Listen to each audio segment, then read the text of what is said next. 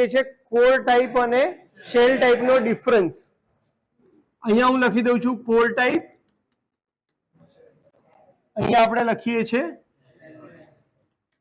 Shell type.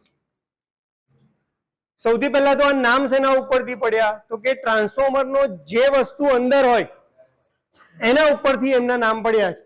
એટલે core ટાઈપમાં શું અંદર હશે? કોર. શેલ ટાઈપમાં શું અંદર હશે? વાઇન્ડિંગ. શેલ એટલે કે વાઇન્ડિંગ એની અંદર હશે. કઈ રીતે ખબર પડે? તો કે ભાઈ આ જે ચોરસ દેખાય છે ખાલી,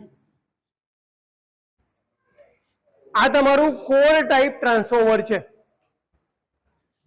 એટલે પહેલી વેલ્યુ અહીંયા આપણે લખી દઈશું એક એક પોઈન્ટ. આ થઈ તમારી પ્રાઇમરી વાઇન્ડિંગ, સેકન્ડરી વાઇન્ડિંગ. જેના ઉપર તમે વાઇન્ડિંગ ગોઠવો છો આ પોર્શનને આપણે કહીએ છીએ લીમ્બ.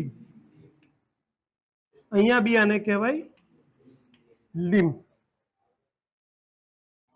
શેલ ટાઈપમાં કન્સ્ટ્રક્શન કેવું આવશે? એકની જગ્યાએ કેટલી વિન્ડો આવશે? યાદ રાખવા માટે આપણે અહીંયા એક વિન્ડો છે, અહીંયા કેટલી વિન્ડો છે? Shell type. અને બંને વાઇન્ડિંગ ક્યાં આવે છે? અહીંયા એક અને આ બીજું. લીમ્બ કેટલા થયા? આ પહેલી લીમ્બ, આ લીમ્બ 2 અને આ લીમ્બ. અહીંયા જે ફ્લક્સ હશે એ આખી સર્કિટમાં કેવો રહેવાનો છે? સેમ. જે ફ્લક્સ હશે આખી સર્કિટમાં કેવો રહેશે? કોમન. અહીંયા ફ્લક્સ હશે એ અહીંયા ફ્લક્સ હશે પણ અહીંયાથી કેટલો થશે? બે પાર્ટમાં ડિવાઈડ થઈ જશે. એટલે અહીંયા આવશે 5/2, અહીંયા પણ કેટલો આવશે?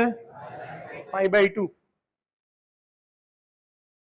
અહીંયા તમને દેખાય છે વાઇન્ડિંગ છે, બે બાજુ છે, એટલે કોરનો પોર્શન કેવો દેખાય છે? ઓછો. વધારે શું દેખાશે તમને? વાઇન્ડિંગ. એટલે અંદર શું હશે? અને બહારની સાઈડ આપણને શું દેખાય છે? વાઇન્ડિંગ. એટલે આપણે આમાં શું લખીએ છીએ કે ભાઈ કોર સરાઉન્ડેડ બાય વાઇન્ડિંગ. અહીંયા શું છે? વાઇન્ડિંગ અંદર છે અને બહાર તમને શું દેખાય છે? કોર વધારે દેખાય છે. એટલે અહીંયા શું હશે કે winding is surrounded by core. Surrounded by core. અહીંયા ફ્લક્સ એક જ રહે છે એટલે કેવી સર્કિટ કહેવાશે? Series magnetic circuit. કઈ સર્કિટ?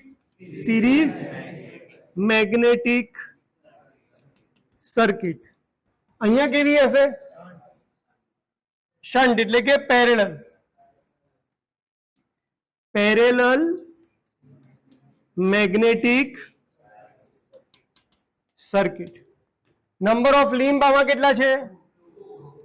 એટલે કે 2 limbs. અહીંયા કેટલા છે?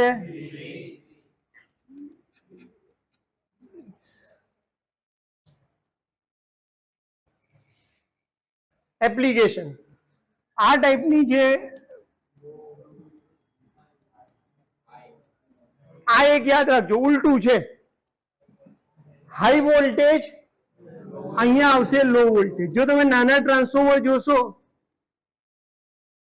નાના વચ્ચે આમ વાઇન્ડિંગ વાળું આખું દેખાશે, પણ એમાં વચ્ચે શું હશે? આ સેન્ટ્રલ લીમ્બ છે જે આપણને દેખાતી નથી. કેમ? એના ઉપર શું વીંટાળેલું હશે?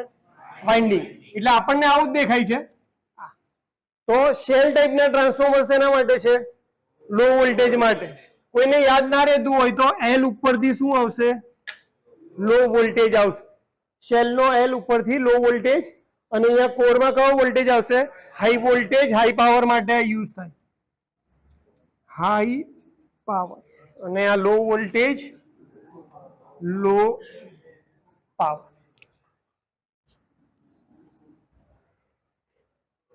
ઇન્સ્યુલેશન કરવું અઘરું શેમાં હશે?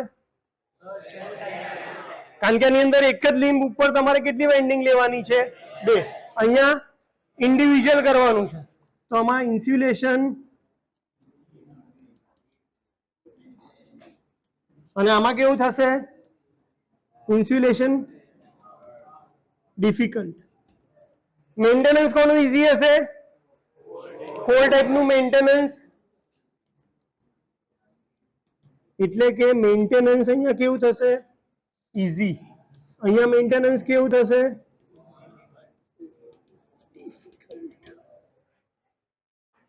3 માર્ક્સ માટે 6 પોઈન્ટ ઇનફ છે. ખ્યાલ આવી ગયો? આમાં કોઈને ડાઉટ છે? એક તમારી ફિગર અને બાકીના 6 પોઈન્ટ એટલે 7 પોઈન્ટ લખશો તો તમારો આરામથી આન્સર આવી. હા, કોસ્ટમાં બી ફરક પડશે. આનું જો ને હાઈ જે વધારે પાવર માટે છે તો એનું કોસ્ટિંગ હંમેશા વધારે જ હશે. સેમ રેટિંગ માટે કહેવા જઈએ તો આનું આવે વધારે, કારણ કે ઇન્સ્યુલેશન તમારે વધારે કરવાનું છે એટલે. બાકી નોર્મલી કેવું છે અત્યારે કોર્સ એના માટે યુઝ થાય છે હાઈ પાવર માટે, હાઈ વોલ્ટેજ હાઈ પાવર. તો આની કોસ્ટ નેચરલી કેવી હશે? વધારે, આની ઓછી. પણ એવું કહીએ કે ભાઈ 2 kVA માટે ડિઝાઇન કરો, કોર બી ડિઝાઇન કરો અને શેલ પણ ડિઝાઇન કરો, તો એ વખતે પ્રાઇસ કોની વધારે હશે? શેલ ટાઈપની. કેમ? કારણ કે તમારે એની અંદર ઇન્સ્યુલેશનનું વધારે ધ્યાન રાખવાનું થશે.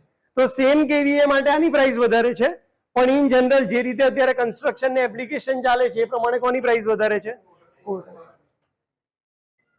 બરાબર. તો હજી આ બધી વસ્તુ આપણે લેબમાં બી ફરીથી ને ફરીથી હવે રિવિઝન કરતા રહેવાનું છે ને આ અઠવાડિયું લખવાની ટેવ પાડવાની.